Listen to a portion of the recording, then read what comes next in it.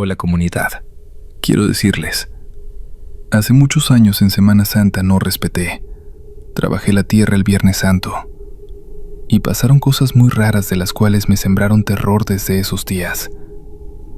Y recuerda respetar siempre la Semana Santa. Así que comencemos con estos relatos. Había conseguido unos bultos de semilla de papa, de una variedad muy buena que traen de más al sur. Me costaron un dineral. Además había pedido un dinero prestado para el fertilizante y para pagarle a un muchacho que me ayuda de vez en cuando a limpiar el terreno. Mi esposa me decía que me esperara, que no comiera ansias, pero uno que está viendo los bultos ahí en la bodega, sabiendo que si no se siembran a tiempo se echan a perder, pues no duerme tranquilo.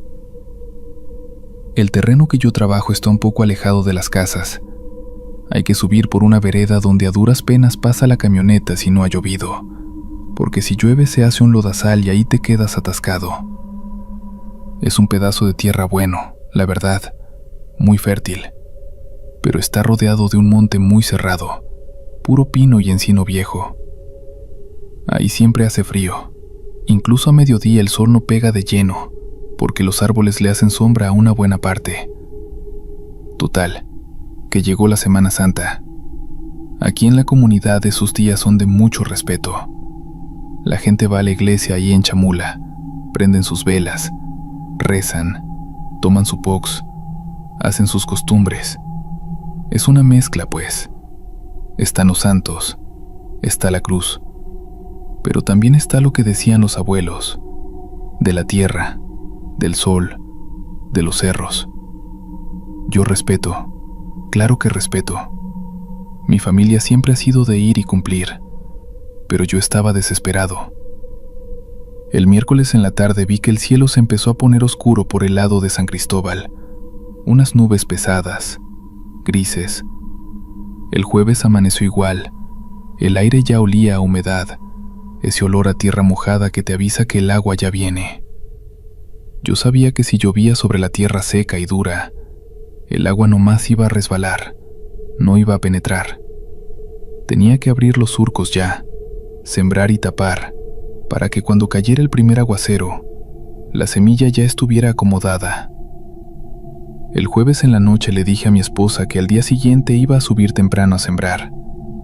Ella se me quedó viendo, dejó el trapo con el que estaba limpiando la mesa y se quedó callada un rato. Luego me dijo que al día siguiente era Viernes Santo. Le dije que sí, que ya lo sabía, pero que el cielo no sabe de calendarios y que si no aprovechaba esa humedad, íbamos a perder todo el dinero. Ella me insistió que no, que la gente mayor siempre dice que esos días la tierra no se toca. Yo me salí al patio para no discutir. Ahí estaba mi tío Manuel, que vive en la casa de al lado. Él es un hombre ya grande, de los que todavía usan su chug de lana negra todos los días. Me escuchó platicar con mi esposa porque las casas están muy juntas. Se acercó a la cerca de madera y me habló en tzotzil, aunque él sabe que yo entiendo más el español para estas cosas del trabajo. Me dijo que no fuera necio. Me dijo una frase que se me quedó grabada. Algo así como que el Viernes Santo la tierra está abierta y adolorida, que cualquier golpe que le diera con el azadón le iba a doler, y que la tierra cuando siente dolor no te da de comer, te quita.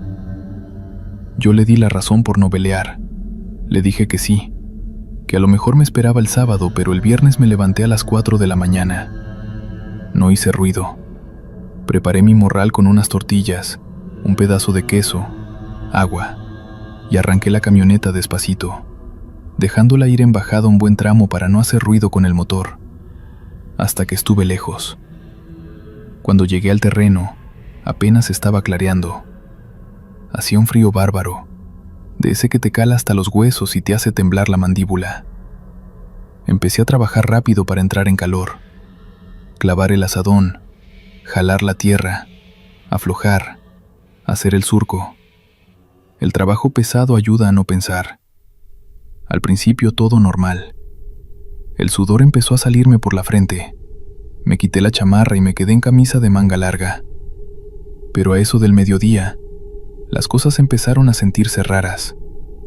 No sé cómo explicarlo bien porque suena a invento, pero el que ha estado en el monte sabe que el monte hace ruido. Siempre hay pájaros cantando, insectos, el viento moviendo las ramas de los pinos.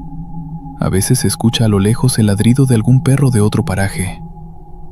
Pero ese día, a medida que avanzaba la tarde, se hizo un silencio muy pesado. Como a las 2 de la tarde paré a comer. Me senté en una piedra grande que está en la orilla del terreno. Abrí mi morral y saqué mis tortillas. Traté de escuchar algo, lo que fuera. Nada, ni un solo pájaro. El viento dejó de soplar por completo. Las hojas de los árboles estaban estáticas, como si alguien las hubiera pintado ahí. Y el aire se sentía espeso. Daba trabajo respirarlo. Sentí que se me tapaban un poco los oídos, como cuando uno baja muy rápido en el carro hacia Tuxtla, esa presión. Me levanté y seguí trabajando porque quería terminar rápido e irme. Tenía un corralito ahí mismo en el terreno donde a veces dejaba unas gallinas que me traía para que comieran bichos. Fui a echarles un poco de maíz. Las gallinas siempre se amontonan en la puerta de alambre en cuanto me ven acercarme, pero esta vez estaban todas acurrucadas en la esquina más oscura del gallinero. Juntas, hechas bolita, sin hacer ese cacareo bajito que siempre hacen. Les tiré el maíz y ni se inmutaron. Solo se me quedaban viendo con esos ojitos redondos. Ahí sí sentí un escalofrío en la nuca. Pensé en lo que me dijo mi tío. La tierra está abierta. Traté de no darle vueltas al asunto. Agarré el azadón con más fuerza y me puse a abrir los últimos surcos, ya a meter la semilla de papa. Pero cada vez que golpeaba la tierra con el metal, el sonido no era el de siempre. En lugar de ese golpe seco contra los terrones, sonaba hueco, como si debajo de la capa de tierra hubiera un espacio vacío, una cueva inmensa. Tamp, tamp, un sonido sordo que se me metía por los pies y me subía por las piernas. A las 5 de la tarde ya no aguantaba el cansancio. Normalmente puedo trabajar hasta las 6 o 7, pero ese día sentía los brazos pesados como si estuviera levantando plomo. El cielo seguía gris, pero no llovía. Recogí mis cosas, eché los costales vacíos a la batea de la camioneta y me fui de ahí sin mirar atrás. Llegué a la casa y mi esposa no me dijo nada, pero vi que estaba molesta. Me lavé las manos y la cara en la pileta del patio. El agua estaba heladísima. Cenamos en silencio.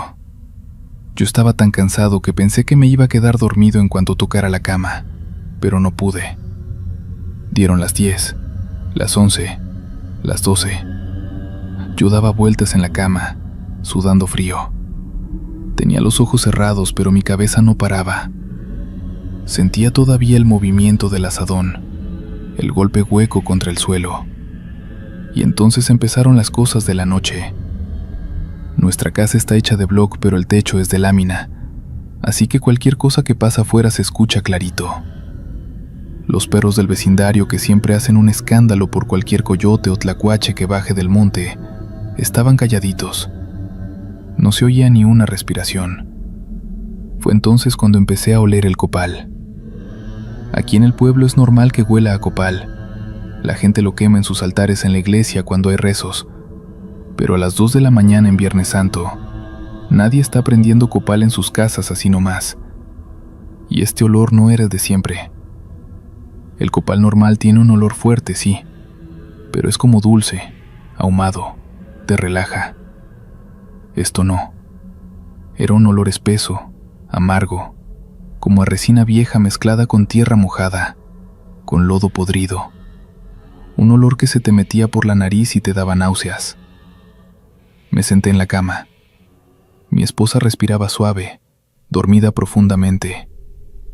Sentí un poco de envidia de verla descansar. Me levanté despacio para no despertarla y me acerqué a la ventana que da al patio de tierra. Afuera no había luna.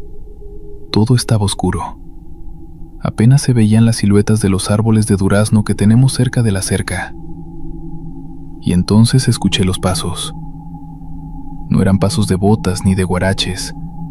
Era el sonido de pies descalzos pisando la tierra suelta del patio.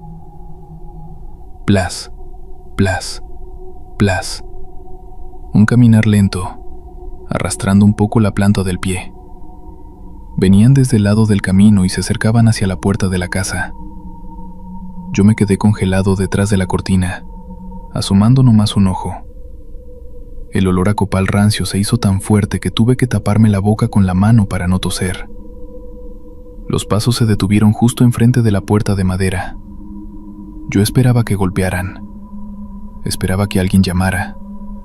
No sé, a lo mejor algún vecino que necesitaba ayuda. Algún borracho perdido. Pero nadie habló. Estuvieron ahí parados del otro lado de la puerta por lo que me parecieron horas. Yo podía jurar que escuchaba una respiración, pero no como la de una persona, sino un sonido ronco como el de un animal grande, tratando de jalar aire por una garganta llena de tierra. Me eché para atrás. Me senté en una silla vieja que tenemos en el cuarto, y ahí me quedé hasta que vi que la luz de la mañana empezó a entrar por las rendijas de la lámina. Cuando por fin salí al patio, ya de día, busqué pisadas. La tierra estaba seca y suelta. Cualquier marca debería notarse. No había nada. El patio estaba liso, sin una sola huella. Tampoco olía a copal. Olía a mañana de abril, a humo de leña de las cocinas de los vecinos. Ese sábado y domingo no subí al terreno. Me quedé en la casa, callado, ayudando en cosas pequeñas. El lunes por la mañana me desperté con una comezón rara en las manos. Pensé que era por el trabajo. A veces el mango del asadón te saca ampollas y le das muy duro. Me miré las palmas. Tenía unas manchitas rojas como puntitos justo en la parte donde los dedos se unen con la palma, donde uno hace más presión al agarrar la herramienta. No le di mucha importancia. Fui a la ferretería a comprar unas cosas. Regresé. Trabajé un poco arreglando la cerca del patio, pero para el miércoles, las manchas rojas se habían convertido en ampollas. No de agua, sino unas ampollas oscuras como si tuvieran sangre molida por dentro. Me dolían bastante. Un dolor punzante como si me hubieran clavado astillas, muy profundo. Mi esposa se asustó cuando me vio tratando de abrir un frasco de café en la cocina, y no pude por el dolor. Me preparó unos fomentos de agua caliente con manzanilla, creyendo que era alguna infección por alguna planta venenosa que hubiera tocado en el monte, alguna hiedra. El jueves ya no aguantaba las manos. Se me hincharon.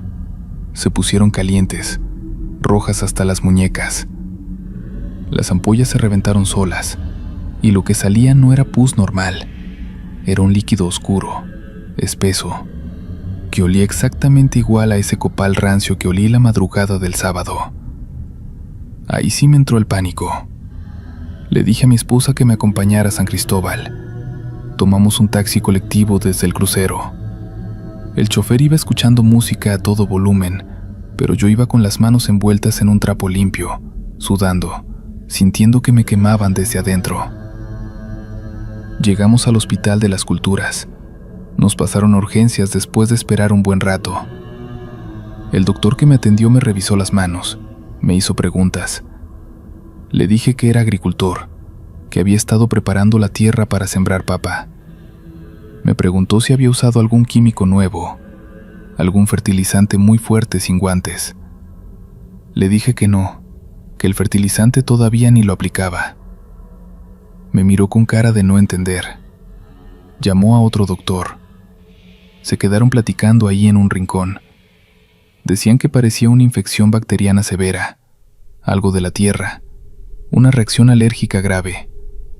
Me recetaron antibióticos fuertes, unas pomadas, y me dijeron que mantuviera las manos vendadas y limpias, que no tocara la tierra por nada del mundo. Compramos la medicina. Nos gastamos un dinero que no teníamos pensado gastar. En el camino de regreso, en el colectivo, mi esposa venía callada, mirando por la ventana. Yo sabía lo que estaba pensando. No me lo decía por no hacerme sentir peor, pero yo sabía. Pasaron 2 semanas.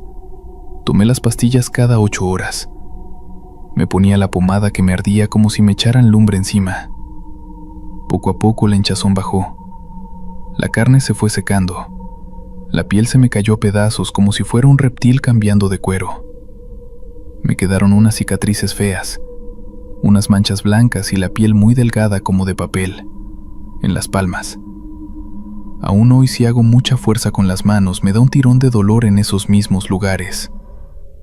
Mientras yo estaba encerrado curándome, por fin llovió unos aguaceros fuertes que duraron 3 días seguidos. Yo me asomaba por la ventana viendo caer el agua, pensando en mi terreno, en la semilla de papa que estaba allá arriba, en la humedad que por fin estaba entrando en la tierra.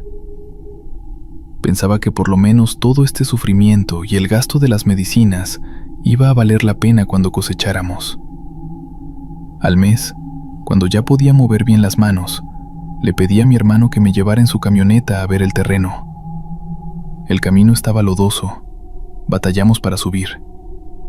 Cuando llegamos y nos bajamos a ver la milpa, bueno, no era milpa, era la siembra de papa.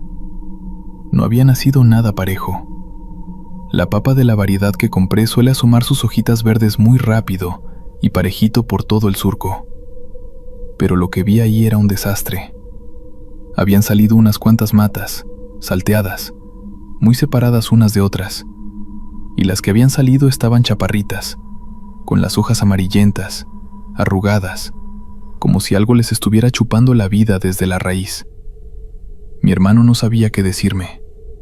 Caminamos entre los surcos. Me agaché con cuidado. Usé una rama para escarbar un poco en donde debía haber semilla, pero no había salido planta. Encontré la papa original. Estaba podrida, pero no podrida por exceso de agua que a veces pasa. Estaba negra, deshecha, convertida en una masa pestilente. Olía igual. Ese mismo olor. Perdí casi todo ese año. Lo poquito que logré rescatar de la cosecha salió pequeño, manchado. Nadie me lo quiso comprar a buen precio. Lo terminé malbaratando ahí mismo en la comunidad para alimento de animales. Me quedé con la deuda del fertilizante, con la deuda de las semillas y con las manos marcadas. A veces me pongo a pensar qué fue lo que pasó. Si uno lo piensa con la cabeza fría, pues a lo mejor los doctores tenían razón. A lo mejor la tierra seca de tanto tiempo había acumulado alguna bacteria extraña, algún hongo de esos que salen cuando no llueve, y al yo remover la tierra sin guantes, con las manos sudadas, me entró por algún rasguño. A lo mejor la semilla ya venía enferma desde Comitán, que a veces los vendedores te engañan y te dan cosas que ya traen plaga, y por eso se pudrió y no creció. A lo mejor el olor a copal rancio esa noche fue sugestión mía, el viento que trajo algún olor del monte, algún animal muerto pudriéndose cerca de la casa, el insomnio, el estrés, la culpa por no haberle hecho caso a mi esposa. Todo eso juega con la cabeza de uno. Pero luego veo las cicatrices en mis manos y me acuerdo del silencio en el terreno a las 2 de la tarde, de las gallinas amontonadas en una esquina, temblando, del sonido hueco del asadón golpeando contra algo que no parecía tierra, sino carne vieja. Mi tío Manuel nunca me preguntó qué me pasó en las manos. Nunca me preguntó por qué se echó a perder la cosecha. El día que me vio salir al patio sin los vendajes, ya con las manos peladas y llenas de marcas, nomás asintió con la cabeza, se acomodó su chug y siguió caminando. Yo sigo trabajando la tierra. Es lo único que sé hacer para mantener a mi familia. Conseguí otro pedazo más abajo, más cerca del camino principal, donde pega más el sol. El terreno de arriba, el de los pinos y encinos, lo dejé abandonar. Todo esto te lo comento porque para entender lo que pasó, tienes que saber cómo es la vida aquí, sobre todo en Semana Santa. Mira, en esa época el pueblo se transforma. Es una cosa que si no la has visto no te la imaginas. Llega muchísima gente, no se puede ni caminar, y la tradición es, híjole, es muy pesada, muy fuerte. Tenemos las hermandades, los encruzados que cargan los rollos esos de zarzas llenos de espinas sobre la espalda y los brazos, los flagelantes que van dándose con los cabrestos que traen clavos, y las ánimas que van encorvadas arrastrando cadenas. Yo crecí viendo eso. Desde niño te acostumbras a que en la madrugada del jueves o del Viernes Santo escuchas el ruido, asomas la cabeza y ves a la gente pasando, mucha de ella sangrando de verdad. Es su manda, es su fe, y uno lo respeta. Ves las calles manchadas al día siguiente y es normal. O sea, para nosotros no es de asustarse, es parte de la fecha. Por eso cuando uno escucha ruidos en esos días, lo primero que piensas es, es la procesión de tal barrio, o son los que salieron tarde de la iglesia. Uno tiene la mente ya programada para eso. El caso es que esto fue hace un par de años. Yo estaba rentando una casa en una subida muy empinada, de esas calles empedradas que nomás de verlas te duelen las rodillas. La casa era vieja, de adobe grueso, con la puerta que daba directo a la banqueta. Bueno, ni banqueta había. Daba directo al empedrado. Las ventanas estaban casi a ras de suelo por la inclinación de la calle. Tenías que tener las cortinas cerradas siempre, porque si no cualquiera que fuera subiendo te veía hasta la cocina. Esa semana, yo anduve muy apurado porque los talleres querían sacar mercancía antes de los días santos, que es cuando nadie trabaja. Para el viernes en la tarde yo estaba molido, cansadísimo. Me acuerdo que cené cualquier cosa, un pan con café, y me fui a acostar temprano. Aquí hay una cosa que tienes que saber. El viernes en la noche es la procesión del silencio. Es la más solemne. Todo el pueblo se queda callado. Y ya para la madrugada del sábado, lo que le dicen el sábado de gloria. Antes de que amanezca no hay nada. Ya se acabó. Se supone que es el día de luto absoluto porque según la creencia de acá, es el día que Cristo está muerto en el sepulcro. Las campanas no suenan. La gente no pone música. Los que tenían que hacer manda ya la hicieron. Es el momento más silencioso de todo el año. Por eso, cuando abrí los ojos a la mitad de la noche, me saqué de onda. No sé qué hora era exactamente. Hacía un frío de esos que te calan los huesos. Un frío húmedo que se mete por las paredes de adobe. Yo estaba bien tapado, pero me despertó un sonido. Era un ruido de metal contra la piedra, pero no era el clink clink de las cadenas sueltas que llevan las ánimas cuando van caminando normal. No, era un sonido sordo, pesado, constante, como si estuvieran arrastrando algo de mucho peso. Un ancla o, no sé, fierros oxidados sobre el empedrado, y se oía mojado. Esa noche había caído una brisa, una llovizna muy fina que te deja el piso resbaloso, y el sonido del metal arrastrándose en la piedra mojada es muy particular. Te da como de entera nomás de escucharlo. Me quedé acostado un rato en la oscuridad, escuchando. Pensé, qué raro, ya es sábado en la madrugada, ya no debería haber procesiones. A veces, muy de vez en cuando, algún despistado o alguien que viene de muy lejos hace su manda a destiempo. Pero por lo general los sacerdotes tienen todo muy organizado. El ruido se iba acercando por la subida, lento, muy lento. Shh, clank, shh, clank. La verdad me dio curiosidad. Pensé que a lo mejor era algún conocido del barrio, porque a veces a uno le toca ir a auxiliar si alguien se desmaya por el cansancio. Me levanté de la cama. El piso de mi cuarto era de una loseta roja muy vieja y estaba heladísimo. Me arrepintieron los pies de no haberme puesto los zapatos, pero fui así, en calcetines hasta la ventana que daba a la calle. Moví apenas un filito de la cortina, no más para asomarme. La calle estaba oscura, porque el farol de la esquina llevaba semanas fundido, y los del municipio por las fechas no habían ido a cambiarlo. Solo había un poco de claridad por la luna, y porque la neblina reflejaba algo de luz. Ahí los vi. Eran figuras con capuchas negras de esas que les tapan toda la cara y no más tienen los hoyitos para los ojos. Pero no eran como los penitentes de siempre. La ropa no era de esa tela negra limpia y planchada que usan las hermandades. Parecían trapos viejos, pesados, llenos de polvo o de lodo seco. Se veían desgastados como si llevaran años guardados en un baúl con humedad. Iban caminando en fila, pegados a la pared de mi lado. Por eso los tenía tan cerca. Estaban a un par de metros de mi cara al otro lado del vidrio. No cantaban, no rezaban. Cuando pasa una procesión, siempre hay un murmullo.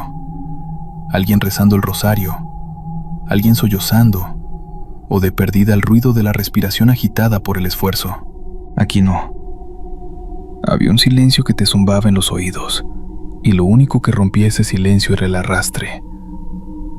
Llevaban velas, pero la luz era muy poquita, una flama chiquita como apagada, que ni siquiera iluminaba bien. Me quedé mirando hacia abajo, hacia el empedrado, para ver qué era lo que arrastraban. Llevaban cadenas gruesas pero oxidadas, atadas a los tobillos.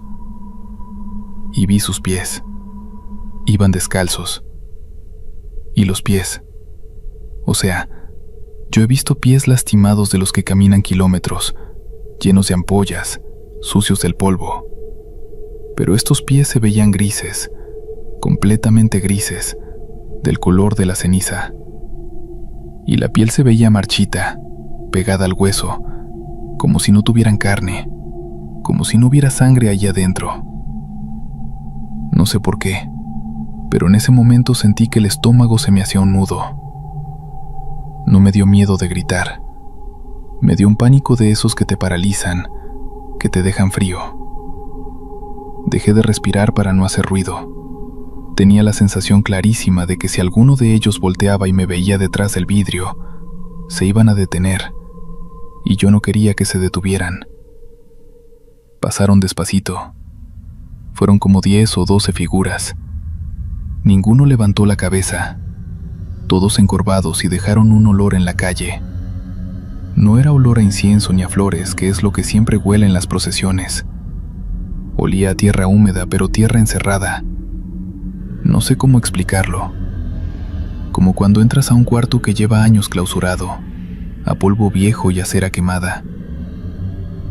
Me quedé pegado a la pared al lado de la ventana, hasta que el sonido de las cadenas se perdió en la vuelta de arriba, allá por donde está la cruz de piedra.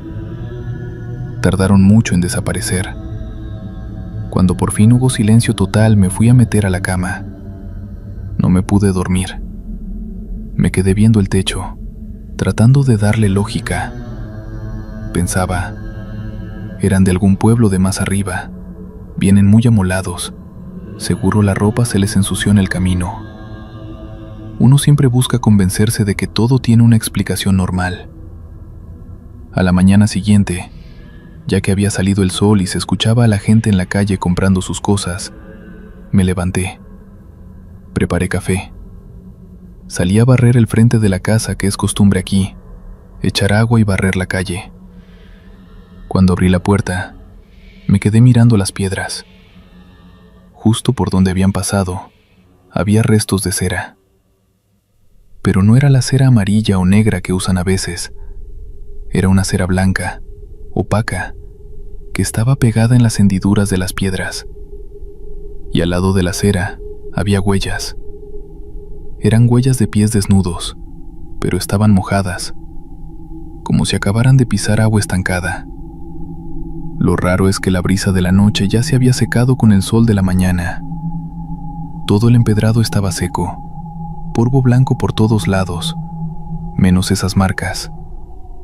Me acerqué a echarles agua con la cubeta, y te lo juro, cuando el agua tocó las huellas, subió otra vez ese olor a humedad vieja, a encierro.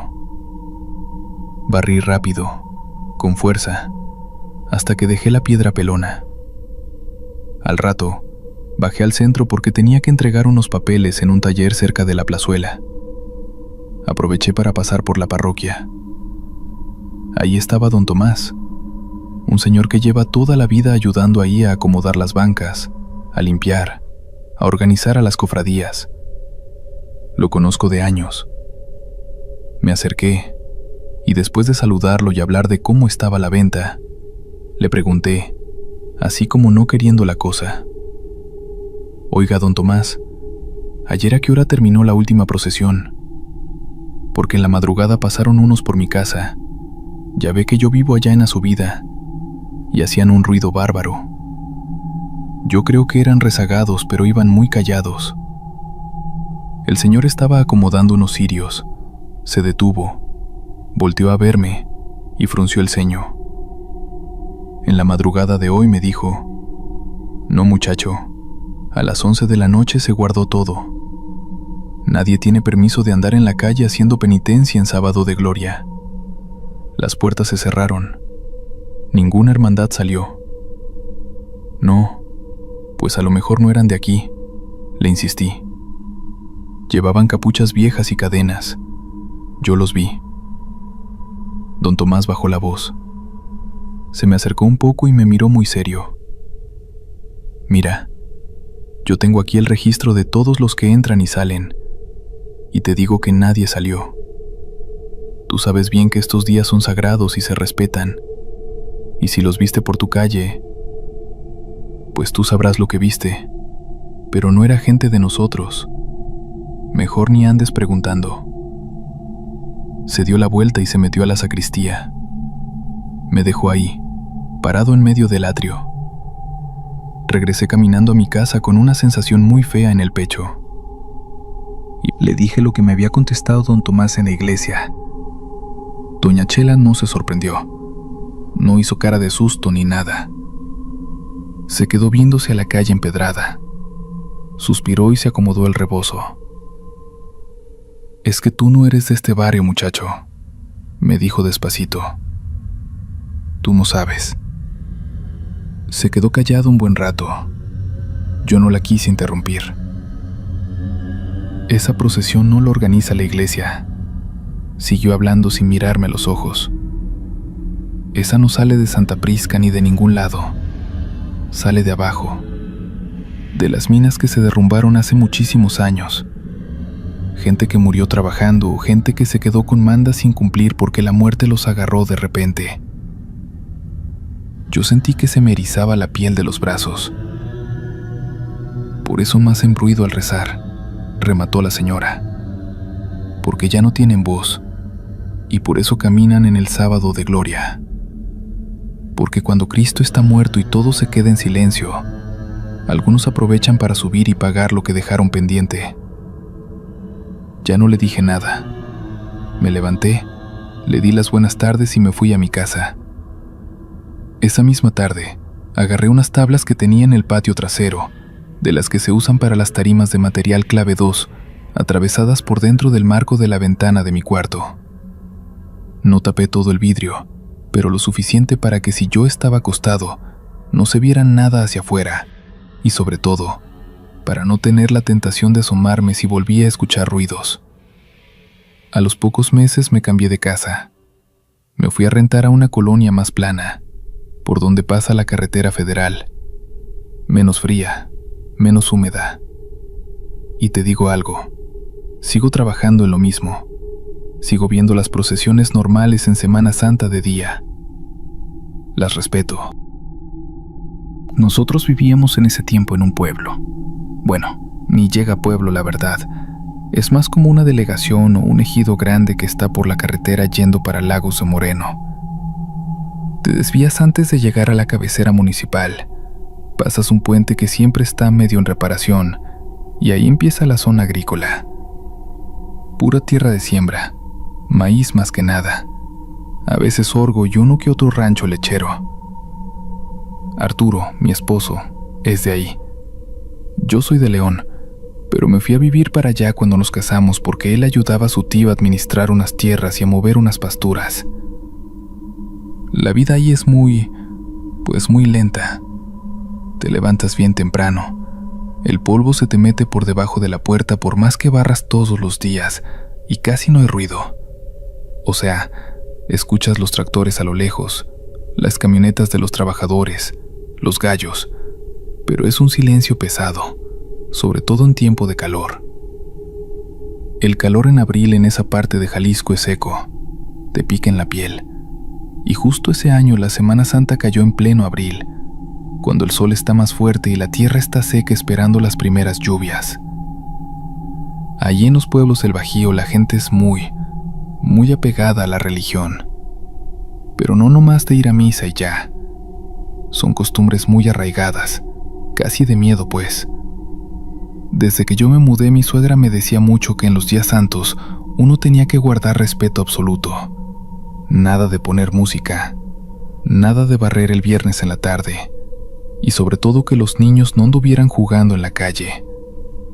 La gente grande ahí tiene esa creencia de que desde el viernes a las 3 de la tarde, que es la hora que dicen que murió Cristo, hasta el domingo en la mañana, el mal anda suelto. Así te lo dicen, el mal anda suelto, porque Dios está muerto esos días y no hay quien cuide. Yo al principio pensaba que eran cosas de viejitas, para asustar a los niños y que no hicieran travesuras. Luisito, mi hijo, tenía 6 años en ese entonces. Ahorita ya es un muchacho grande, ya va para la preparatoria, pero en ese tiempo era un niño chiquito, de esos que andan todo el día con las rodillas llenas de tierra, jugando con carritos de plástico o palos. Era muy normal. Nunca fue un niño de esos que te dicen cosas raras o que tienen amigos imaginarios. Para nada. Era muy físico, de correr, de brincar, de ensuciarse. Por eso lo que pasó ese día me sacó tanto de onda, porque no venía de él, no era su forma de ser. El Viernes Santo nos arreglamos para ir a los oficios a la iglesia del pueblo. La iglesia está enfrente de una placita que tiene un kiosco medio despintado y unos arbolitos que apenas dan sombra. No es una parroquia grande. Tiene las paredes de adobe grueso pintadas de blanco, pero el techo en una parte es como de lámina porque se les cayó en una tormenta hace años y nunca lo arreglaron bien. Ese día hacía un calor sofocante. Entramos y ya estaba casi lleno. Olía muchísimo incienso, pero también a sudor, a cera derretida, a madera vieja. Nos fuimos a sentar como a la mitad de la iglesia, del lado derecho. Las bancas son de esas de madera muy dura, muy incómodas. Arturo se sentó en la orilla del pasillo, luego Luisito en medio, y yo del otro lado. Me acuerdo que las imágenes de los santos estaban cubiertas. No sé si en todos lados lo hagan, pero ahí, en Semana Santa, tapan todas las estatuas con unas telas moradas. La Virgen, el Sagrado Corazón, San Isidro, todos están tapados. Nomás dejan la cruz principal en el altar, y ese día la cruz estaba vacía, sin el Cristo, porque es el día que lo bajan. O sea, nomás era el madero grande ahí parado detrás del altar, que es como de cantera. La misa, bueno, los oficios del viernes son muy largos. El padre empieza a leer toda la pasión y la gente está en silencio. Un silencio de esos que te zumban los oídos. Lo único que se escuchaba era el ventilador de aspas que está en el techo, que rechinaba a cada vuelta. Y las señoras mayores, las doñas del pueblo con sus rebozos negros, rezando por lo bajo, haciendo como un murmullo constante. Luisito estaba aburrido, lo normal para un niño de 6 años. Estaba moviendo los pies, recargando la cabeza en mi brazo, luego en el de su papá. Arturo le daba unos golpecitos en la pierna para que se estuviera quieto. Yo le di un dulcecito de menta que traía en la bolsa para que se entretuviera. El padre estaba en la parte del sermón. Estaba hablando de la crucifixión, con ese tono que usan los padres de pueblo, como regañando pero pausado. Yo estaba intentando poner atención, pero el calor me traía medio adormilada. En eso siento que Luisito me jala la manga de la blusa. «Mamá», me dice en un susurro, pero un susurro fuertecito. Yo nomás le hice «shh» y le puse la mano en la cabeza, sin voltear a verlo. Pero me volvió a jalar, esta vez con más fuerza. «Mamá», volteé a verlo, pensando que me iba a decir que quería ir al baño. Pero no me estaba viendo a mí. Estaba viendo hacia el frente, hacia el altar. Tenía el dulce de menta en la mano, ya todo pegajoso, y con la otra mano estaba apuntando. «Hay alguien parado detrás de la cruz», me lo dijo así, con su vocecita normal. No estaba llorando, no estaba temblando. Sonaba como si me estuviera diciendo: «Hay un perro en el patio». Arturo, que estaba del otro lado, se inclinó rápido y le bajó la mano de un manotazo leve. «Estate quieto, chamaco. Baja la mano», le susurró Arturo, con los dientes apretados porque le daba mucha vergüenza que el niño estuviera apuntando en plena misa y que la gente nos fuera a voltear a ver. Yo miré hacia el altar. Miré la cruz grande de madera. No había nada. El padre estaba a un lado, en el ambón, leyendo. Detrás de la cruz nomás estaba la pared blanca de la iglesia, que tiene unas grietas por la humedad. «No hay nadie, mi amor. Es el padre», le dije, intentando acomodarlo en su asiento.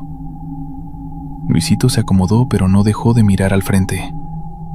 Se me quedó viendo a los ojos y negó con la cabeza.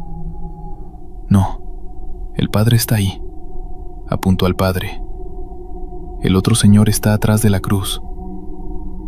Sentí como una cosquilla fría en el estómago.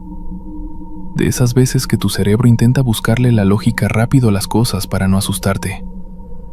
Pensé, a lo mejor es un monaguillo que se escondió.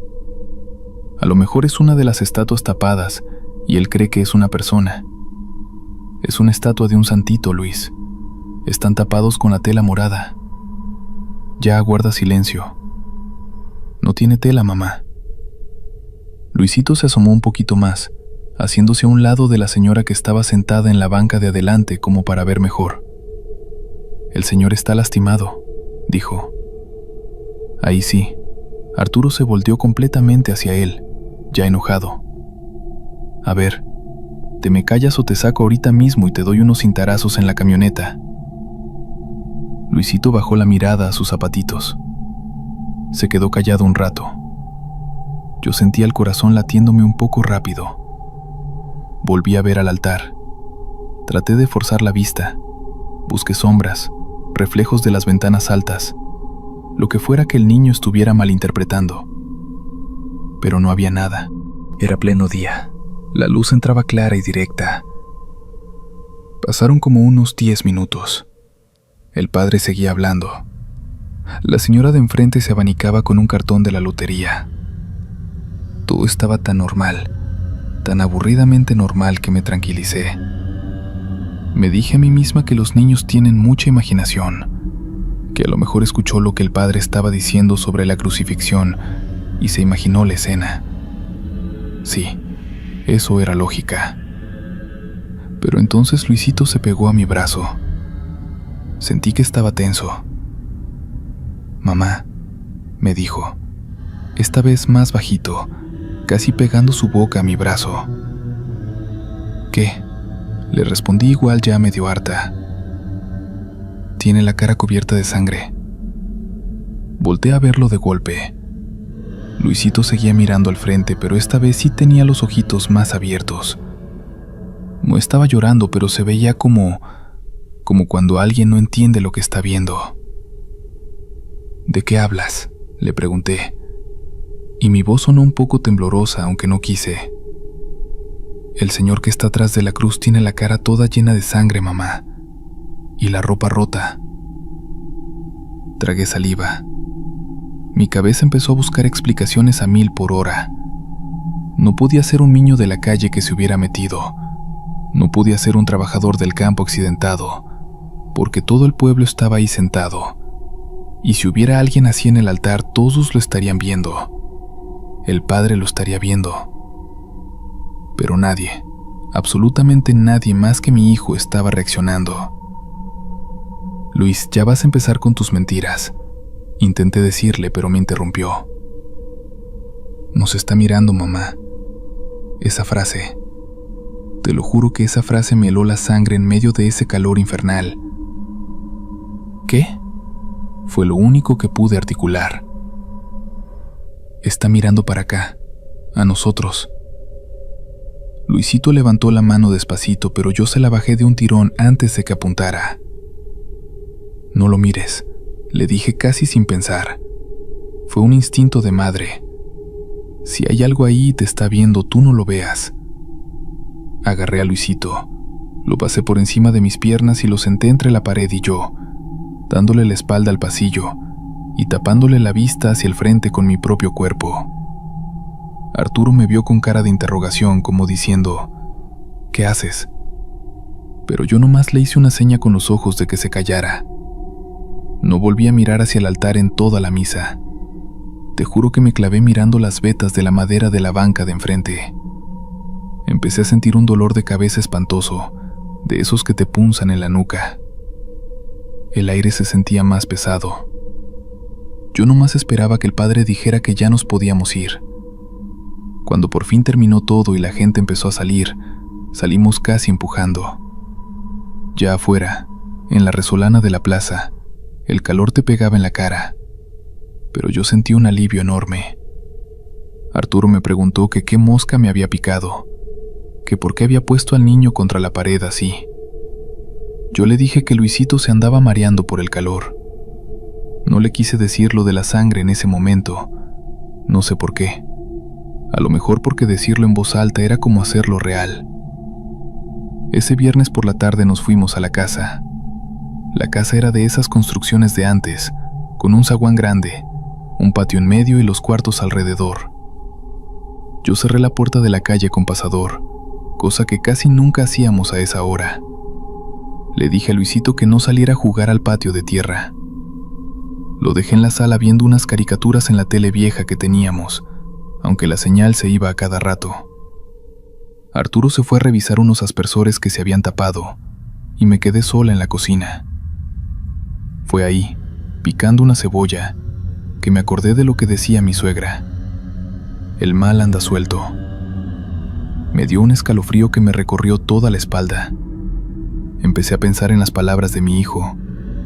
Un señor lastimado, con la cara cubierta de sangre mirando hacia nosotros. En la noche, Arturo notó que yo andaba rara. Ya cuando estábamos acostados, con la ventana medio abierta para que entrara aire, le conté exactamente lo que me había dicho Luisito. Arturo es un hombre de campo, muy práctico. No cree en cosas raras. Se quedó callado un momento, viendo al techo, y luego soltó un suspiro.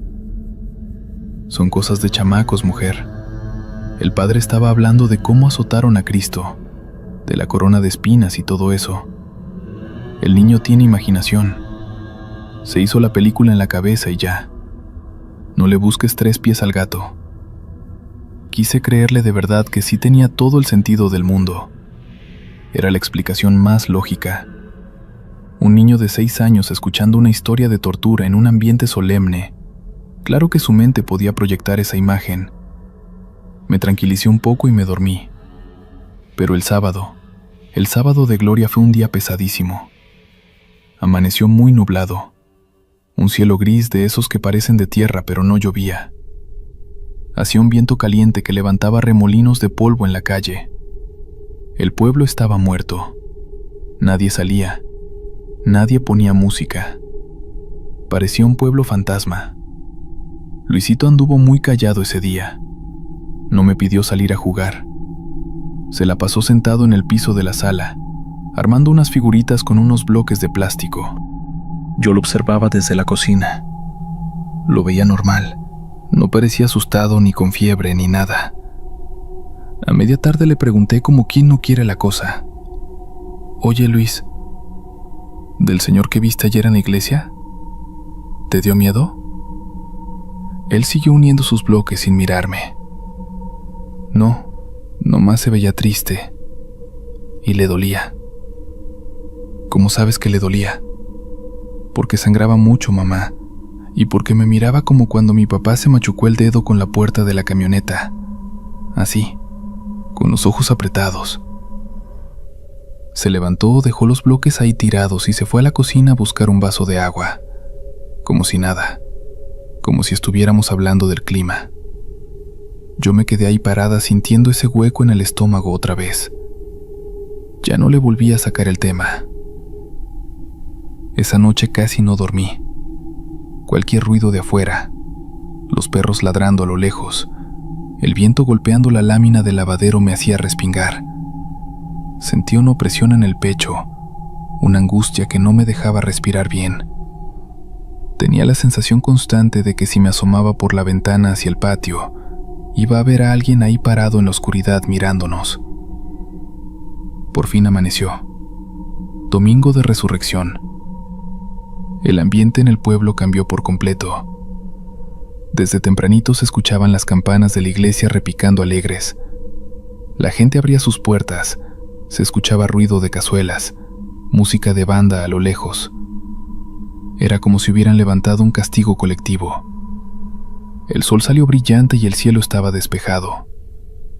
Fuimos a la misa de mediodía. Yo, la verdad, iba con el estómago hecho un nudo.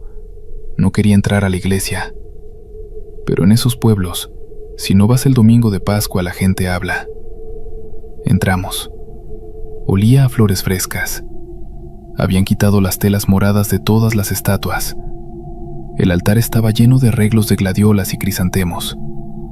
La cruz principal, la grande de madera, ya tenía puesta la imagen de Cristo resucitado encima, con una tela blanca. Nos fuimos a sentar. Inconscientemente, o a lo mejor muy conscientemente, jalé a Arturo para sentarnos en las bancas del lado izquierdo casi hasta atrás, muy lejos de donde nos habíamos sentado el viernes. Luisito iba jugando con una hojita de palma que le habían dado en la entrada. Se sentó, miró hacia el altar un par de segundos y luego siguió jugando con su hojita. La misa empezó. Había música. El padre hablaba fuerte y contento. Yo no le quitaba el ojo de encima a mi hijo. Esperaba que en cualquier momento me jalara la manga. Esperaba que apuntara otra vez, pero nada. Se la pasó balanceando las piernas, distraído con cualquier cosita. Terminó la misa y salimos. Ya afuera, mientras Arturo platicaba con unos compadres, me agaché a la altura de Luisito. ¿Todo bien, mi amor?, le pregunté, acomodándole el cuellito de la camisa. Sí, mamá. ¿Me compras una nieve de limón?, me contestó, viendo al señor del carrito de las nieves que se ponía en la plaza. Ahorita te la compro. Oye, allá adentro, ¿viste algo en el altar? Luisito volteó a ver la puerta de la iglesia. Luego me vio a mí con cara de que yo estaba diciendo una tontería. No, mamá. Estaba el padre y muchas flores. ¿Pero no viste al señor, al del viernes? Frunció el ceño como tratando de acordarse. ¿Cuál señor? El que dijiste que estaba lastimado. Se encogió de hombros con esa indiferencia que solo tienen los niños chiquitos. No sé, ya tengo calor, quiero mi nieve. Y ya, eso fue todo. No volvió a hablar del tema. Ese mismo día en la tarde andaba corriendo con los primos en el patio, gritando, lleno de tierra, como si nada hubiera pasado. Pasaron los días, las semanas, y el recuerdo se fue quedando atrás. Arturo y yo nunca lo volvimos a comentar. Yo me convencí a mí misma de que Arturo tenía razón, de que había sido pura imaginación infantil, estimulada por las historias trágicas de la Semana Santa. Era lo más sano para mi propia cabeza. Pasaron los años. Nos mudamos del pueblo cuando Luisito iba a entrar a la secundaria. Nos regresamos a León porque queríamos que estudiara en mejores escuelas. La vida siguió su curso, con sus propios problemas, rutinas y apuros. Hace poco, unos meses atrás, fuimos de visita al pueblo para una boda de un familiar de Arturo.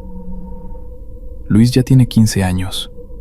Está altísimo, ya le cambia la voz, ya anda con sus cosas de adolescentes, el celular, los amigos. La misa de la boda fue en la misma iglesia. Entramos. Había pasado tanto tiempo que casi no me acordaba de aquel detalle. La iglesia estaba adornadísima con flores blancas. Había un fotógrafo corriendo de un lado a otro. Nos acomodaron del lado derecho. Íbamos caminando por el pasillo central buscando lugar, y cuando pasamos por la fila de en medio, justo donde nos habíamos sentado aquel Viernes Santo hace casi 10 años, me paré en seco. No fue algo racional. Fue como si mi cuerpo se acordara antes que mi mente. Sentí un frío repentino en la nuca y un rechazo físico, una náusea leve que me revolvió el estómago. Miré, la banca de madera estaba vacía, esperando que nos sentáramos. Luis venía atrás de mí, tecleando en su teléfono. Chocó un poquito conmigo cuando me paré. ¿Qué onda, ma? ¿Nos sentamos aquí?, me preguntó señalando esa misma banca con la cabeza. Yo miré hacia el altar. Estaba la cruz grande igual que siempre. No había nada extraño. Era un día de fiesta. Volteé a ver a Luis. Lo miré a los ojos buscando, no sé, alguna chispa de recuerdo, algún cambio en su expresión. Pero no. Me miraba con fastidio adolescente porque lo estaba haciendo esperar en medio del pasillo. Él no se acordaba. Te juro que lo vi en sus ojos. Ese evento se borró completamente de su memoria. Para él nunca pasó. No, le contesté apretando la bolsa contra mi pecho. Vamos más atrás, aquí pega mucho el sol. Me moví rápido a las bancas de atrás, del lado izquierdo. Luis rodó los ojos y me siguió. Sentándose pesadamente a mi lado y volviendo su celular durante toda la boda, traté de poner atención a los novios, a la música, a todo el ruido bonito. Pero de reojo no podía evitar mirar esa banca vacía que quedó ahí en medio de la iglesia llena. Y aunque mi hijo ya no se acuerda de nada y ya es casi un hombre, yo vivía en una comunidad que está a unos 20 minutos de ahí en camioneta. No voy a decir el nombre exacto por cuestiones mías, pero es de esos pueblitos donde todavía las calles son de tierra y la gente se mete a su casa a las 8 de la noche porque no hay nada más que hacer. En ese tiempo yo andaba mucho con mis primos, el Beto y el Lalo. Los tres estábamos solteros, no teníamos muchas responsabilidades más allá de dar el gasto en la casa, y pues nos juntábamos a platicar en la caja de la camioneta del Beto, una Ford ya muy vieja, que gastaba más aceite que gasolina. Nos íbamos ahí a la orilla del pueblo, donde se acaba la terracería y empieza el cerro, nomás a pasar el rato, a tomar un refresco, o a platicar de los carros que veíamos pasar en la carretera a lo lejos. Era una rutina muy aburrida, pero pues era lo que había. Aquí en Zacatecas, y yo creo que en muchos lados que son así de rurales, la gente mayor es muy apegada a la religión, pero no nada más de ir a misa, sino de tener costumbres muy arraigadas, de esas que te enseñan desde niño, y que si no las haces parece que cometiste un delito. Mi abuela, que en paz descanse, era de esas. Para ella la Semana Santa no era para irse a la playa o a descansar, no. Era de guardar silencio, de no escuchar música, de no comer carne, de andar casi de puntitas por la casa. Y había una cosa que a mí siempre me llamaba la atención, pero que nunca cuestionaba porque pues así era. Y es que desde el Jueves Santo en la noche, ella sacaba un montón de velas blancas, de esas de cebo que no huelen a nada, y las iba poniendo en las ventanas, en el patio, hasta en la banqueta. Ella decía que eran para las ánimas del purgatorio según su creencia en esos días, en que Dios estaba muerto antes de resucitar. Las almas andaban penando, andaban sueltas por ahí buscando luz porque estaban en la oscuridad, y que uno tenía que ponerles una velita para que encontraran el camino y no se quedaran atoradas aquí. A mí se me hacía una historia de viejitos. La verdad, yo nomás veía que el pueblo entero se llenaba de puntitos de luz en las noches y se veía bonito, pero no pasaba de ahí. El caso es que esto que quiero contar pasó el año pasado. Fue justo el Viernes Santo. Ese día en el taller no tuvimos casi nada de trabajo. Los traileros como que también descansan o no sé, pero la carretera estaba muerta. Hacía un calor raro, de esos que te tapan los oídos, un aire seco que te levanta la tierra y te deja los labios todos partidos. Yo cerré temprano el tejabán, le puse el candado y me fui caminando hasta la entrada del pueblo para alcanzar al Beto y a Lalo. Para llegar a donde nos juntábamos siempre, había que pasar por un terreno muy grande que antes era de siembra, pero que ya tenía años abandonado por la sequía. En medio de ese terreno, a unos 100 metros del camino de tierra, hay una casa. Bueno, decirle casa es mucho. Son unas paredes de adobe grueso, de esas construcciones de antes, que ya ni techo tienen en la mayor parte. Se le cayó hace mucho. Nomás le queda un pedazo de lámina oxidada en lo que debió ser el cuarto principal.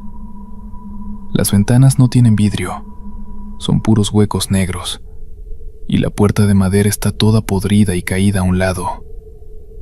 Según me contaba mi papá, esa casa era de un señor que se fue de bracero a Estados Unidos hace como 30 años y nunca regresó. Y la familia que se quedó aquí, pues se fue muriendo o se mudó a la ciudad. Y la casa se quedó ahí, deshaciéndose con la lluvia y el sol. Nadie se acerca mucho porque está lleno de matorrales con espinas, y dicen que ahí se juntan las víboras de cascabel. Ese Viernes Santo nos vimos los tres ahí en la orilla. Estaba ya oscureciendo. Nos sentamos en la caja de la Ford del Beto. No teníamos música porque, pues por respeto a mi abuela y a la gente del pueblo que pasaba, no queríamos hacer ruido. Así que nomás estábamos platicando en voz baja. El cielo se empezó a poner morado, y luego ya oscuro por completo. No había luna, me acuerdo bien, o si había estaba tapada por las nubes porque no se veía casi nada para el monte. De repente Lalo se quedó callado. Él estaba sentado viendo para el lado del terreno abandonado. Yo le pregunté que qué veía, porque se le quedó la vista clavada, y nomás levantó la mano y apuntó con el dedo. Yo me volteé y el Beto también. Allá, a lo lejos, en medio de la oscuridad del llano, se veía una luz. Venía de la casa de adobe. Al principio ninguno dijo nada. Nos quedamos viendo, tratando de entender qué era. La luz era amarilla. Parpadeaba despacito como si fuera una fogata pequeña, pero venía exactamente de una de las ventanas, del cuarto que todavía tenía el pedazo de lámina en el techo. Alguien se metió ahí, dijo el Beto, frotándose los brazos porque ya estaba empezando a calar el frío, ese sereno que baja en la noche aquí en el semidesierto. Yo pensé lo mismo. Pensé que a lo mejor era un migrante que venía caminando por las vías que están más allá del cerro y se había metido a pasar la noche, o algún loquito del pueblo vecino, pero a la vez se me hacía raro porque para llegar a esa casa en la noche sin lámpara está muy difícil. Te enredas entre los huizaches y las piedras. Vamos a ver, dijo el Lalo. Él siempre ha sido el más aventado de los tres, o el más imprudente, no sé. Yo le dije que no, que qué necesidad, que si había alguien ahí capaz que traía un machete o algo, que mejor lo dejáramos en paz. Pero el Beto, como no queriendo quedarse atrás, dijo que sí, que nomás nos asomábamos de lejos para ver quién era, que al fin que éramos tres y si algo pasaba, pues corríamos a la camioneta. A mí me dio desconfianza, mucha desconfianza. No sé explicar por qué, porque en ese momento yo estaba seguro de que era una persona, un vagabundo o algo así, pero tenía como un hueco en el estómago. Aún así me bajé de la camioneta detrás de ellos. No me iba a quedar solo ahí en lo oscuro. Empezamos a caminar por el llano. La tierra crujía bien feo bajo las botas. Cada paso sonaba muchísimo en el silencio que había. No se escuchaban grillos. No ladraban los perros en el pueblo, nomás el aire pegando en las chamarras y nosotros pisando hierba seca. Tardamos un buen rato en acercarnos. Yo iba con las manos en las bolsas, sintiendo cómo se me helaban las orejas. Mientras más nos acercábamos, Más me daba cuenta de que la luz no era de una fogata. No hacía humo para empezar, y el resplandor era muy débil, muy quieto. Parpadeaba pero casi nada, no como las llamas grandes. Llegamos a la pared del lado derecho. Me acuerdo que olía mucho a polvo viejo, a tierra suelta de esa que se levanta cuando escarbas hondo. El halo nos hizo una seña con la mano para que no hiciéramos ruido. Nos fuimos asomando despacito por el hueco donde antes había una puerta. El interior de la casa estaba casi todo oscuro, pero en la esquina del fondo, en un cuartito pequeño, estaba la luz. No había nadie parado, no había mochilas, ni cobijas tiradas, ni rastro de que alguien hubiera hecho un campamento. No más tierra en el piso, mucha tierra, ramas secas y pedazos de adobe desmoronado. Entramos. Yo sentí que el aire adentro estaba pesado. No sé cómo decirlo, como si costara trabajo respirar profundo. El Beto iba adelante. Caminamos hasta la entrada de ese cuartito. Lo que vimos ahí es algo que todavía le doy vueltas en la cabeza y no me cuadra. No hay forma de que me cuadre. En el centro de ese cuartito, sobre el piso de tierra fina, no había una fogata. Había una sola vela. Una velita de esas de cebo, blancas, como las que ponía mi abuela. Estaba encendida, iluminando las paredes de lodo y dejando ver todas las grietas. Nos acercamos más, ya sin escondernos porque era obvio que ahí no había ninguna persona. El Beto se agachó. Yo me quedé parado a un lado de él. La vela estaba casi consumida. Le quedaba si acaso un dedo de alto, y la cera derretida estaba escurrida en la tierra. «Está tibia», dijo el Beto en un susurro. Acercó la mano pero sin tocarla. «Alguien la acaba de prender hace rato». Yo miré alrededor. Mis ojos ya se habían acostumbrado a la luz amarillenta, y ahí fue cuando vi las otras dos cosas. A un ladito de la vela, en el piso, había un libro. Era un libro viejo, de pastas negras, gruesas y muy maltratadas. Estaba abierto a la mitad. Me agaché yo también para verlo mejor. Era una Biblia. Las hojas estaban amarillentas, casi cafés por las orillas, y tenían letras chiquitas. Yo no soy mucho de leer, pero alcancé a distinguir los títulos en la parte de arriba de la página. Decía algo del Evangelio de Lucas. Estaba abierta justo en la parte donde se cuenta la crucifixión. Estaba ahí, abierta, sin que el aire le moviera las hojas, a pesar de que la casa no tenía techo completo y afuera estaba soplando el viento. El Lalo, que se había quedado callado un buen rato, me jaló de la manga de la chamarra. Estaba pálido. Yo nunca lo había visto así. Él es muy moreno, pero en ese momento se veía gris en la cara.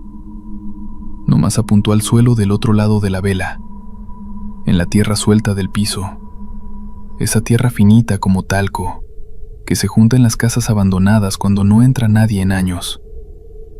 Había unas marcas. Eran 2 hundimientos, 2 hoyos redondos paralelos, separados por unos centímetros, como si alguien se hubiera hincado ahí, como si alguien de mucho peso hubiera estado de rodillas frente a la vela y frente a la Biblia.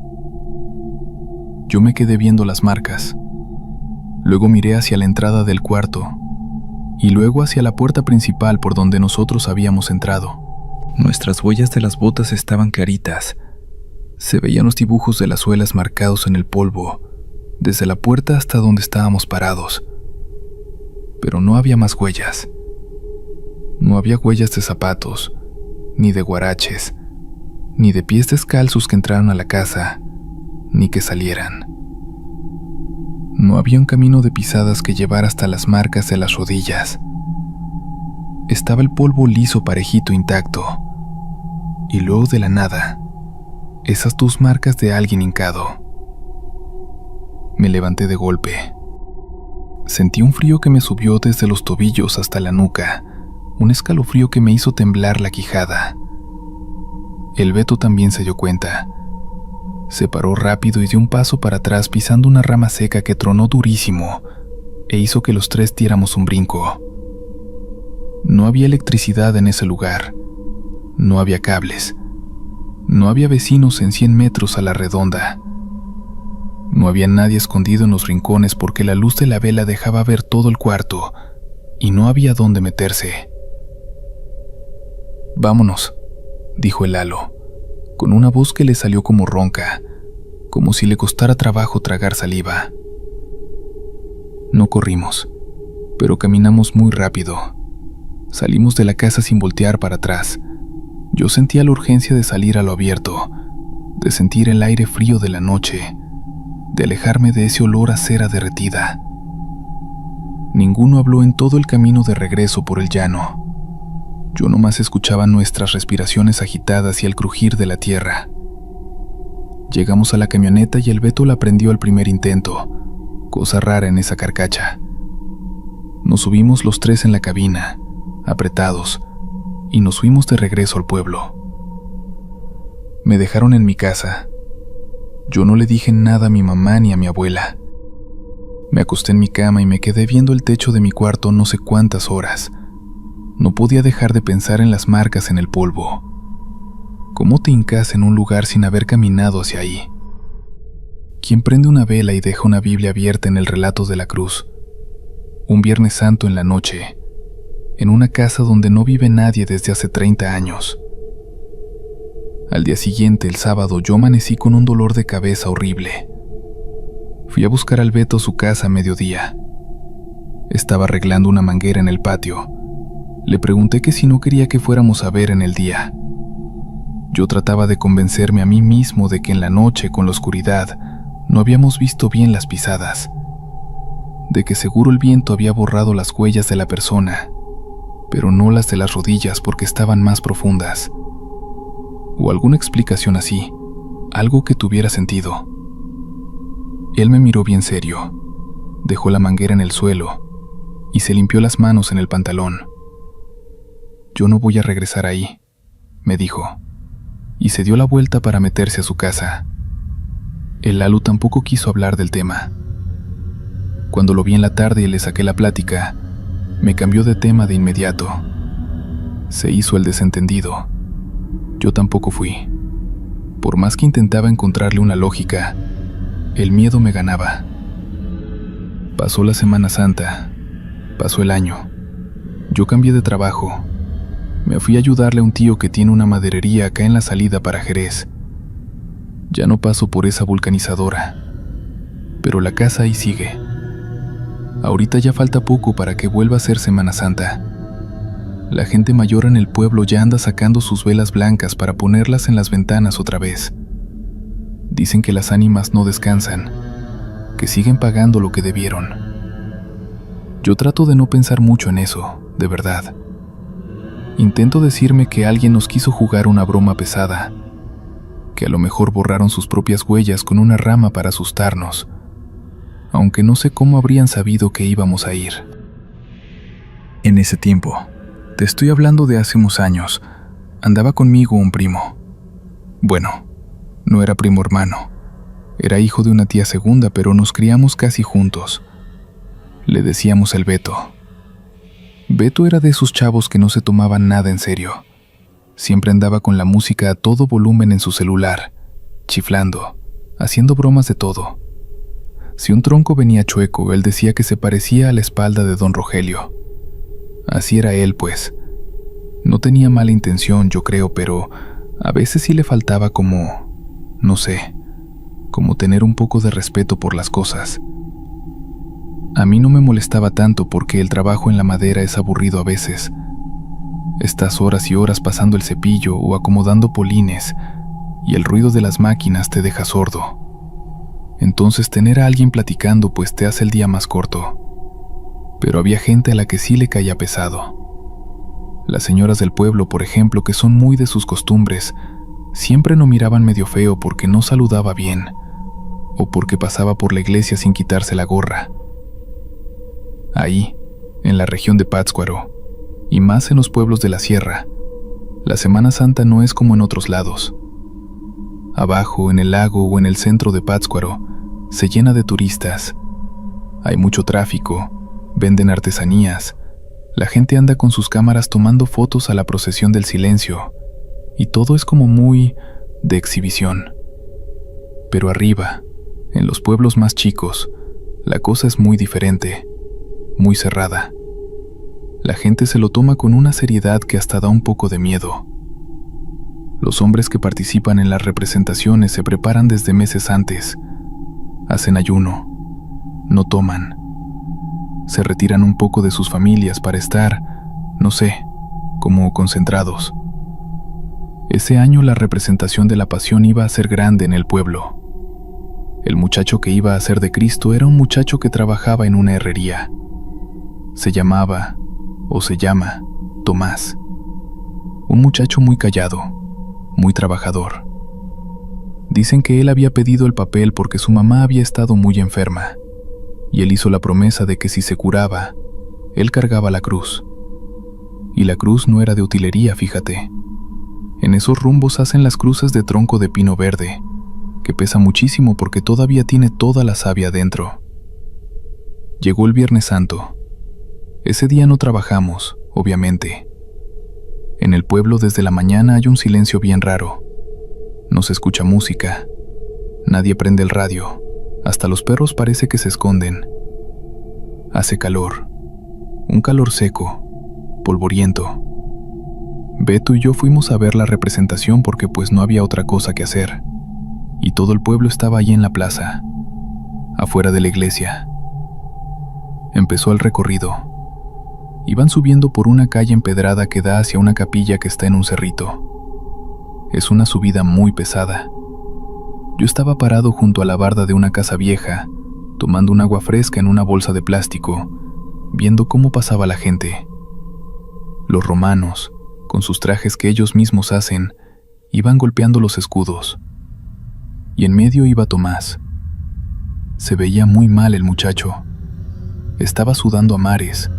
La cara la tenía llena de polvo y de la sangre falsa que le ponen. Pero yo creo que también traía raspones de verdad porque se había caído un par de veces en las piedras. La cruz se veía que lo estaba aplastando. Respiraba muy feo, como con un silbido. La gente iba atrás de él, rezando. Algunas señoras hasta iban llorando. El ambiente se sentía pesado, muy solemne. Y en eso, el Beto, que estaba al lado mío comiendo unas semillas de calabaza, empezó a reírse. No fue una risa fuerte al principio, fue como una risita burlona. Yo lo codeé para que se callara, porque ahí la gente es muy delicada con esas cosas. Pero Beto no me hizo caso. Empezó a decir cosas. Empezó a decir que qué mal actor era Tomás, que seguro la cruz era de madera podrida hueca y que nada más estaba haciendo el teatro para que las muchachas lo vieran. La gente que estaba cerca se nos quedó viendo. Un señor mayor se le acercó y le dijo en voz muy baja que por favor guardara respeto. Pero Beto andaba como acelerado ese día. Le contestó al señor que no se metiera, que estábamos en un lugar libre. Y luego alzó la voz cuando Tomás pasó casi enfrente de nosotros, y gritó algo sobre que si de verdad fuera un santo, ya hubiera volado con todo y tronco. Hubo un silencio bien feo en esa parte de la calle. Tomás, que iba doblado bajo el peso, levantó la cara y miró a Beto. No le dijo nada, nada más lo miró. Tenía los ojos inyectados en sangre por el esfuerzo y el sudor.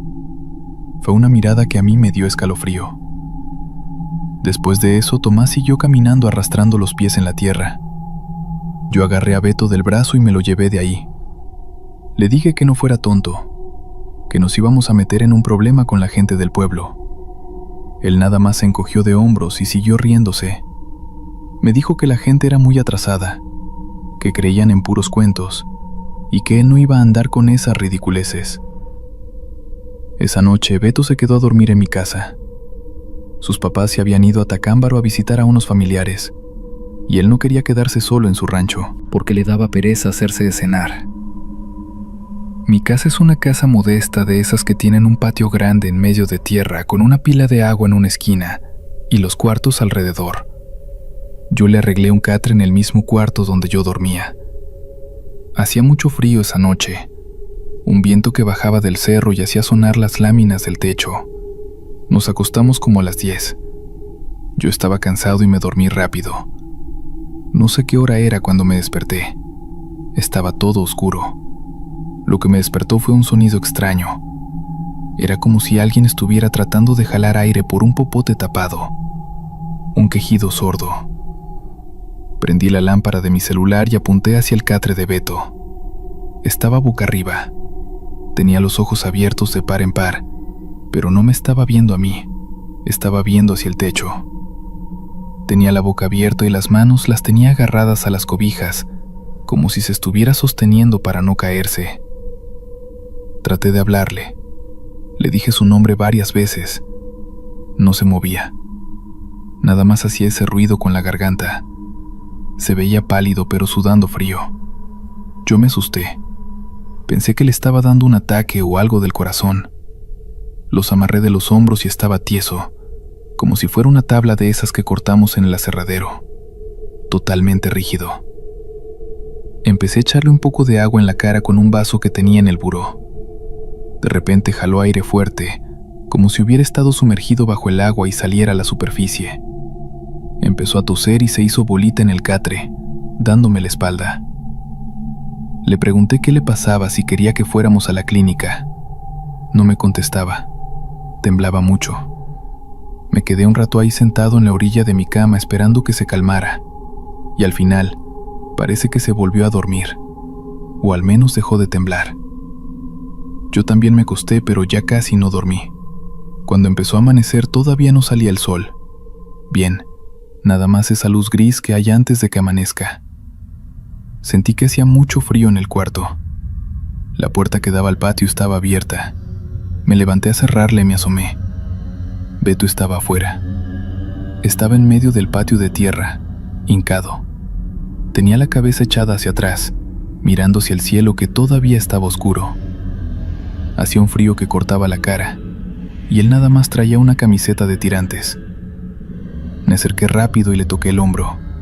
Estaba helado. Le dije que qué estaba haciendo ahí, que se iba a enfermar. Cuando volteó a verme no parecía él. Tenía unas ojeras hundidas, negras, y los ojos los tenía rojos, cansados. No me dijo nada. Se levantó muy despacio como si le doliera todo el cuerpo, como si trajera un peso encima. Caminó de regreso al cuarto sin decir una sola palabra y se sentó en el catre. Yo preparé un café, le llevé una taza. Se la tomó agarrando la taza con las dos manos, mirando un punto fijo en la pared. Fue hasta mucho rato después que me empezó a hablar. Tenía la voz ronca. Me dijo que en la noche no había podido dormir, que en cuanto cerró los ojos sintió que algo se le sentaba en el pecho. Algo muy pesado. No era una persona, me dijo. Era como un peso muerto, como madera. Trató de moverse y no pudo. Estaba completamente paralizado. Me contó que sentía astillas enterrándosele en la piel de los hombros y del cuello. Y luego me dijo que soñó, pero que no era un sueño normal. Él sentía que estaba despierto. Soñaba que iba caminando cuesta arriba por un camino de tierra lleno de piedras sueltas, igualito al camino que sube a la capilla del pueblo, y que llevaba un tronco cruzado en la espalda, un tronco gigantesco. Me explicó que el peso era tan grande que sentía que se le iban a romper los huesos de las piernas, que el polvo se le metía en la garganta y no lo dejaba respirar. En el sueño no había gente mirándolo, no había romanos ni procesión, nada más estaba él, la tierra, y ese peso en la espalda, y una sensación de tristeza. Dice que sintió una tristeza y una soledad tan horribles que le daban ganas de echarse a llorar ahí mismo en la tierra. Soñó eso toda la noche. Llegaba arriba de la colina y volvía a aparecer abajo con el peso encima, una y otra vez. Por eso en la madrugada salió al patio. Me dijo que necesitaba ver el cielo, sentir el aire, saber que no estaba en ese camino de tierra. Yo no supe qué decirle. Traté de calmarlo. Le dije que era por lo que habíamos visto en la tarde, que su mente le había jugado una mala pasada por estar pensando en eso. Él movió la cabeza y no quiso hablar más del tema. Ese día se regresó a su casa. El lunes volvimos a la aserradera y don Rogelio nos puso a cargar unos tablones gruesos. Yo me fijé que Beto, al levantar la madera para ponérsela en el hombro, hizo una mueca de dolor y se la acomodó de otro lado. Anduvo muy callado. Ya no traía el celular con música, ya no chiflaba. Pasaron los meses y Beto no se murió, como a veces pasa en esas historias que cuenta la gente mayor. Tampoco se volvió loco, ni empezó a ver cosas que no están ahí. Siguió trabajando, siguió su vida. Con el tiempo volvió a sonreír y a ser un poco más platicador, pero ya no era igual. Algo se le apagó. Esa actitud retadora, esa forma de burlarse de todo se le quitó por completo. Lo que sí noté es que le agarró una especie de fobia a la madera pesada. A veces, si tocaba mover troncos grandes, él prefería irse a barrer o acomodar herramienta con tal de no echárselos a la espalda. Don Rogelio se dio cuenta, pero nunca le dijo nada. Y hay otra cosa. Nunca volvió a pararse en una representación de Semana Santa. Ni en el pueblo, ni en Pátzcuaro, ni en ningún lado. De hecho, ahora que ya pasó el tiempo y cada quien hizo su vida, él ahora trabaja en una ferretería allá por Uruapan. Sé que sigue haciendo lo mismo cada año. Llega el miércoles de Semana Santa, pide permiso en su trabajo, junta a su esposa y a sus niños y se van lejos. Se van a la playa, a la costa, o a veces se van para Querétaro con unos tíos de su esposa. El chiste es que no se quedan en ningún lugar donde haya procesiones. No se espera al jueves y mucho menos al viernes. El miércoles en la tarde ya tiene las maletas hechas y se va. Una vez, hace como 2 años, nos vimos en un bautizo familiar.